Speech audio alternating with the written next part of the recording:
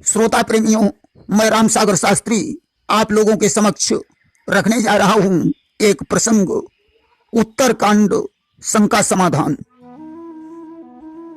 देखिए, रामायण में हनुमान जी ने विभीषण से कहा था कि प्रात ले जो नाम हमारा और ता दिन ताहि न मिलई आहारा।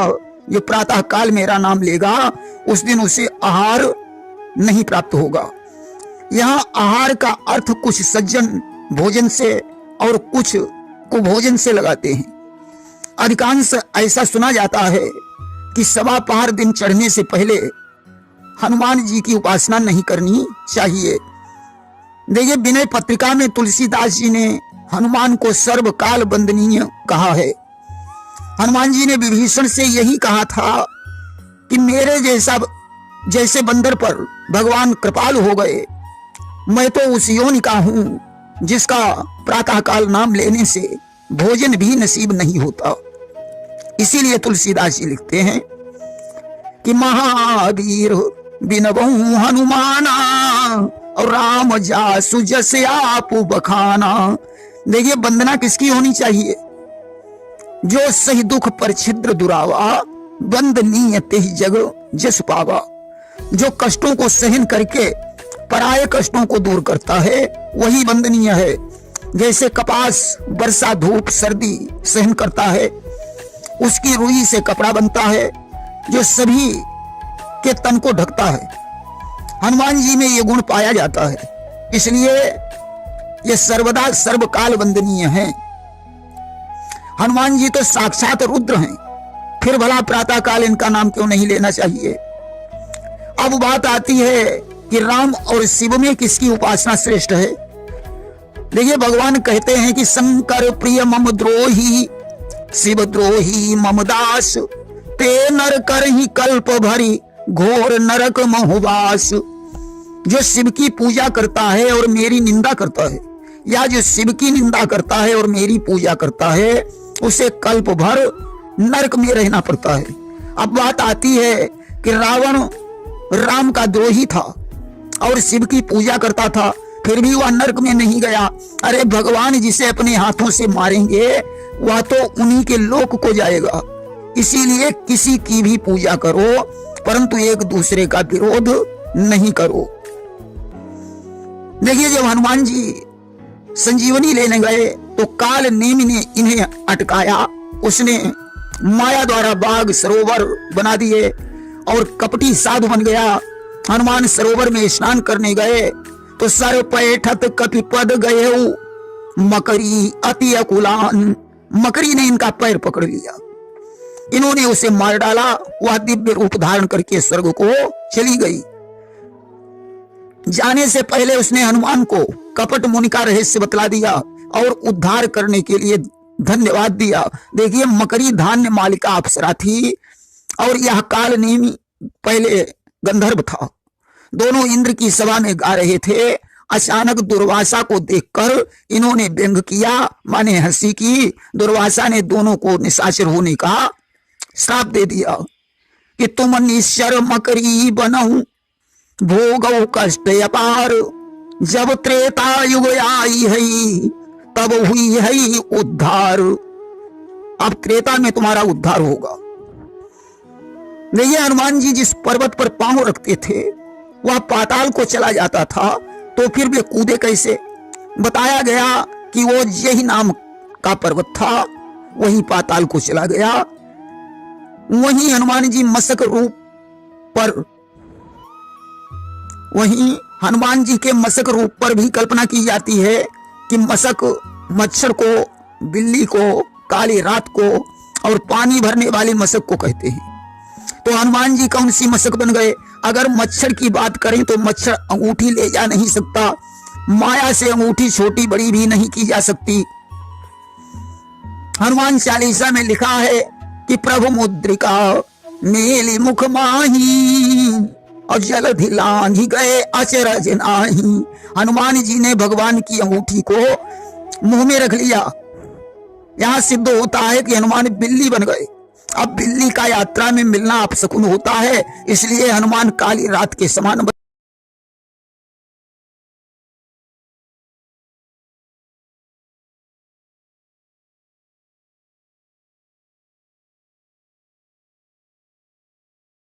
त्यों के त्यों वाटिका में हनुमान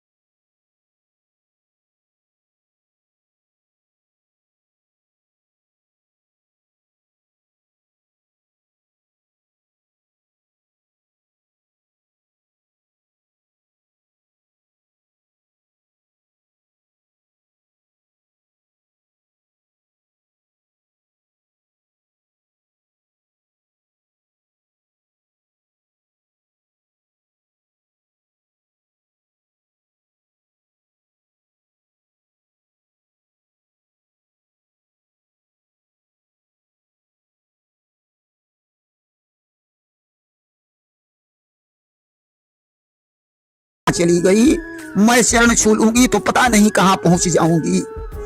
कोई कहता है कि गौतम में दो पद हैं, गौ और तम।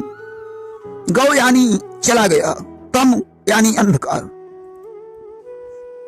अब चौपाई में आगे आता है कि तीय गति, पत्नी की गति का स्मरण किया। मानो पत्नी होने की बात सोची कि टूटत ही धनु भयउ विवाहु, विवाह तो धनुष टूटते ही हो गया, मैं तो पत्नी धनुष टूटते ही बन चुकी हूं, फिर बड़े बूढ़ों के सामने चरण छूने की क्या आवश्यकता है। देखिए यहां सीता जी अहिल्या की गति को याद करती हैं। भगवान ने तो एक बार चरण स्पर्श किया, परंतु अहिल्या बार बार उनके चरणों में गिरी। सीता जी कहती हैं कि मेरे तो पति और गति आप ही हैं, वहां तो पतिलोक को चली गई, मैं कहां जाऊंगी, इसलिए मुझे आप ऐसे ही स्वीकार करें। कि मन भी से रघुवंश मणि प्रीति अलौकिक जानी, अलौकिक प्रीति जानकर भगवान मन ही मन मुस्कुराने लगे। क्या श्री राम अपने सेवक का दोष नहीं देखते? अगर ऐसा है तो फिर न्याय किस बात का कि जन अब गुण प्रभु मानन काऊ। देखिए यहां जन शब्द का स्पष्टीकरण दुधमुहा बच्चे से है, और उन्होंने अपने को माता कहा है कि छोटा बच्चा अगर कोई माता के सामने अपराध करता है तो मां उसे क्षमा कर देती है। जो सब कुछ भूल कर मेरा भजन करता है उसे निजजन कहा गया है। और कर्म प्रधान विश्व रचि राखा, और जो जस कर सो तस फल चाखा। यहां कर्म को प्रधान बताया गया है। जिन कर्मों को करने के लिए वेदों ने आदेश दिया है वे सुकर्म हैं, जिनकी वेदों ने निंदा की है वही कुकर्म हैं। प्रारब्ध भोग को अटल मानते हुए भी मनुष्य को कर्म करते रहना चाहिए। देखिए निराकार ही साकार बन जाता है। भगवान हृदय से नहीं उत्पन्न हुए और पत्थर के खंभे से नरसिंह रूप धारण करके प्रकट हो गए।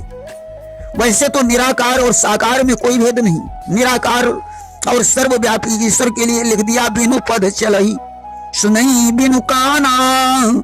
ऐसा कहकर लोग उनका गायन करते हैं और मुनिजन उनका ध्यान करते हैं। इस चौपाई में इंद्रियों के कार्य को वे अपनी शक्ति से ही सिद्ध कर देते हैं, उन्हें चलने की आवश्यकता ही नहीं पड़ती।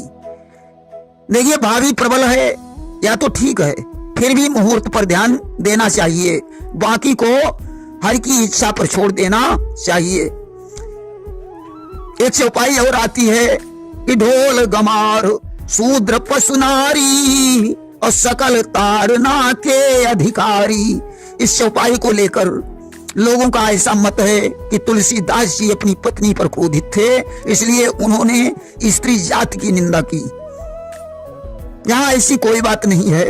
यहां ताड़ना का मतलब पीटना नहीं बल्कि अनुशासन से जुड़ा है। अधिकारी शब्द से पता चलता है कि इन पर अधिकार करना चाहिए, माने शासन करना चाहिए। कलयुग में सुगम साधन भक्ति है या राम का नाम। कि नहीं कलि कर्म न भगति विवेकु, राम नाम अवलंबन एकु। कलयुग में केवल राम का नाम ही आधार है कि कलयुग केवल नाम आधारा, और सुमेरी सुमेरी नर उतर ही पारा। देखिए ज्ञानी मूढ़ न कोई,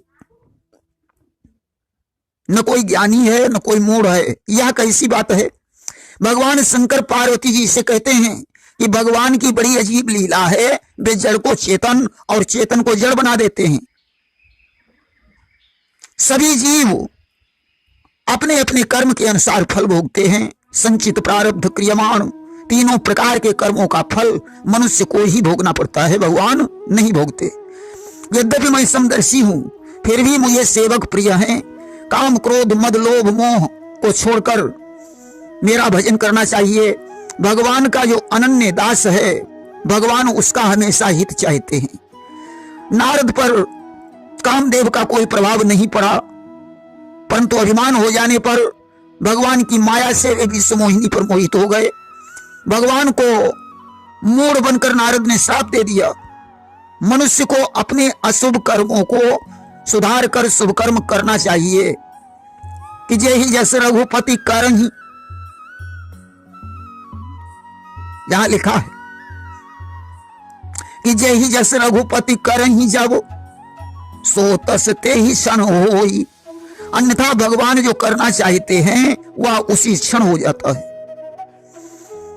भगवान ने विभीषण को एक कल्प राज्य करने का वरदान दिया था, क्या उन्होंने एक कल्प राज्य कर पाया? कि करे हु कल्प भरी राज तुम, ऐसा कहा था। देखिए ये 7वां मनवंतर वैवस्वत मनवंतर है। इसी मनवंतर के गत 28वें त्रेता में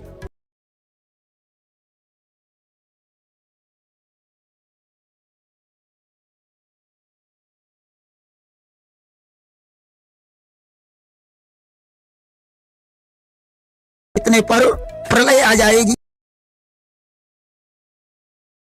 दिखाई भी नहीं दे रहे हैं।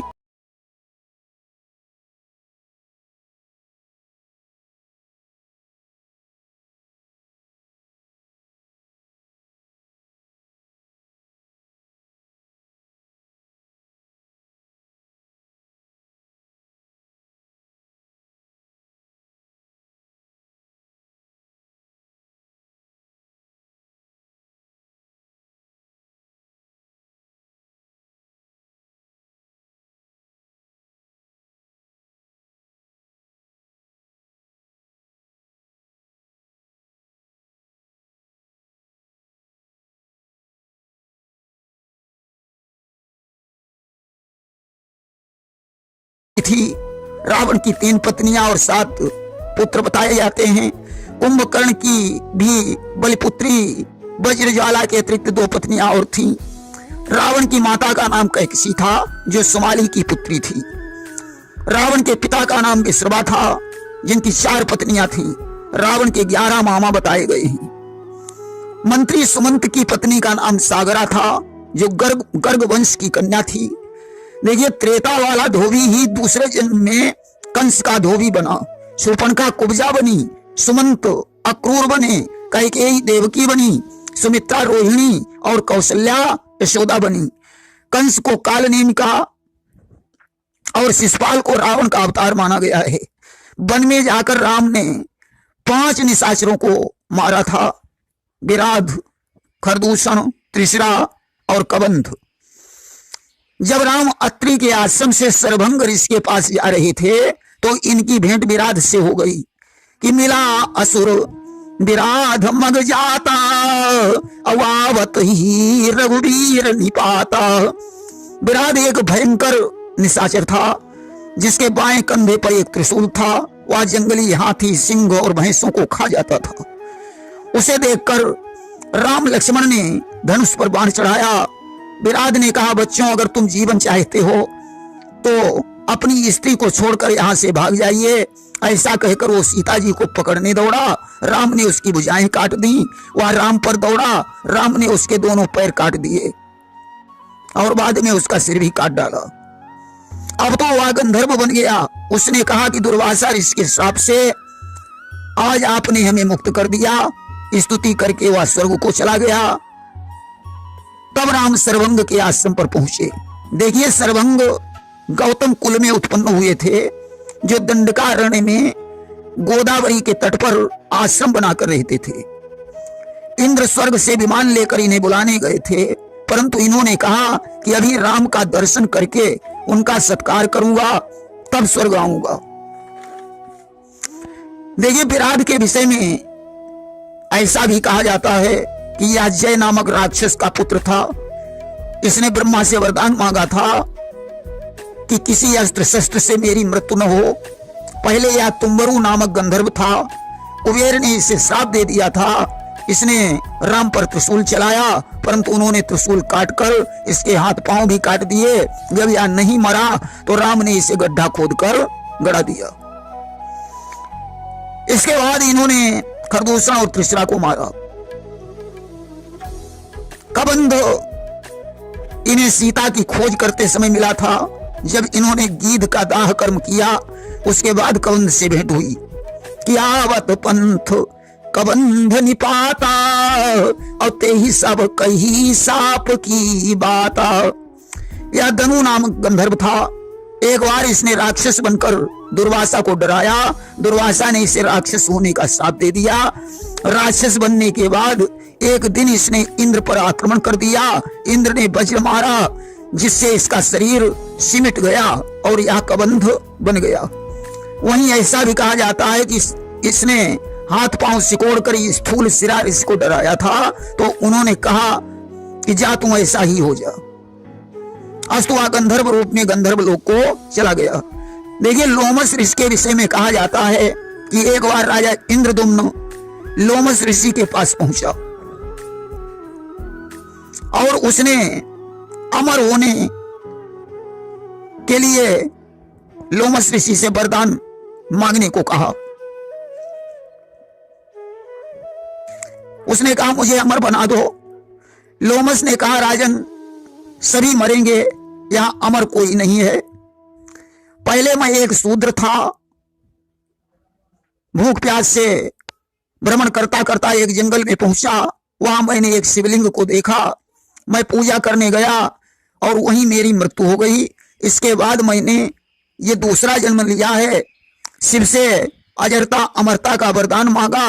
उन्होंने कहा कि मैं तुम्हारे शरीर में जितने रोए हैं उतने कल्पों की आयु तुम्हें प्रदान करता हूं। जब तुम्हारे शरीर का एक रोम टूटकर पृथ्वी पर गिर जाए तो समझ लेना एक कल्प हो गया है। अब हम ही राहती एते दिन भयऊ ब्रह्मा विष नाश हुई गयऊ। हमें यहाँ रहते हुए इतने दिन बीत चुके हैं कि मेरे आगे 20 ब्रह्माओं का नाश हो चुका है। प्रेम से बोलिए वृंदावन बिहारी लाल की जय।